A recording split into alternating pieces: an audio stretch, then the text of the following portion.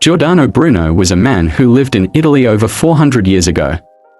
He was born on January 1548 in Nola, a small town near Naples, Italy. His father's name was Giovanni Bruno, and his mother's name was Fralissa Savellino. As a child, Bruno was fascinated by the natural world. He spent hours exploring the countryside, observing the stars, and wondering about the mysteries of the universe. He was especially drawn to the works of Aristotle, which his father, a soldier, had brought back from his travels. As Bruno grew older, his interest in philosophy and science only deepened. He attended the University of Naples, where he studied theology, philosophy, and mathematics. It was during this time that he began to develop his own theories about the universe.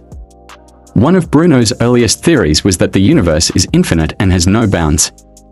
This was a radical idea for its time, as most people believed that the universe was finite and had a definite edge.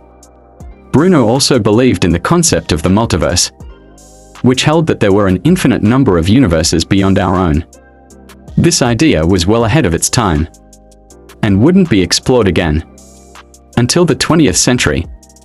As Bruno continued his studies, he became increasingly fascinated by the works of Nicolaus Copernicus, a Polish astronomer who had proposed a revolutionary new model of the universe. Copernicus's theory, known as the heliocentric model, held that the Sun, not the Earth, was at the center of the solar system. This idea was radical because it challenged the traditional geocentric view, which placed the Earth at the center of the universe. The heliocentric model was a game changer. It suggested that the Earth and other planets orbited around the Sun, rather than the other way around. This idea had far-reaching implications for our understanding of the universe and our place within it. Bruno was convinced that Copernicus was correct, and that the Earth and other planets revolved around the Sun. He believed that this idea was not only scientifically accurate but also spiritually liberating. Bruno's theories didn't go unnoticed for long. In 1576, he was forced to flee Naples after being accused of heresy. He traveled to Rome, where he continued to develop his ideas and write about them. Over the next several years, Bruno traveled extensively throughout Europe, sharing his ideas with other scholars and philosophers.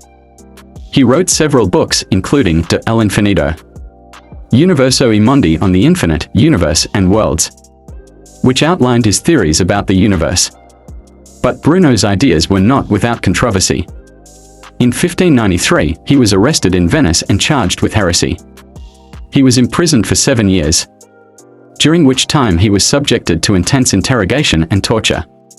Despite the pressure, Bruno refused to recant his ideas. He believed that he was correct and that the church was wrong. Bruno was led to the Campo de' Fiori in Rome, where he was burned alive.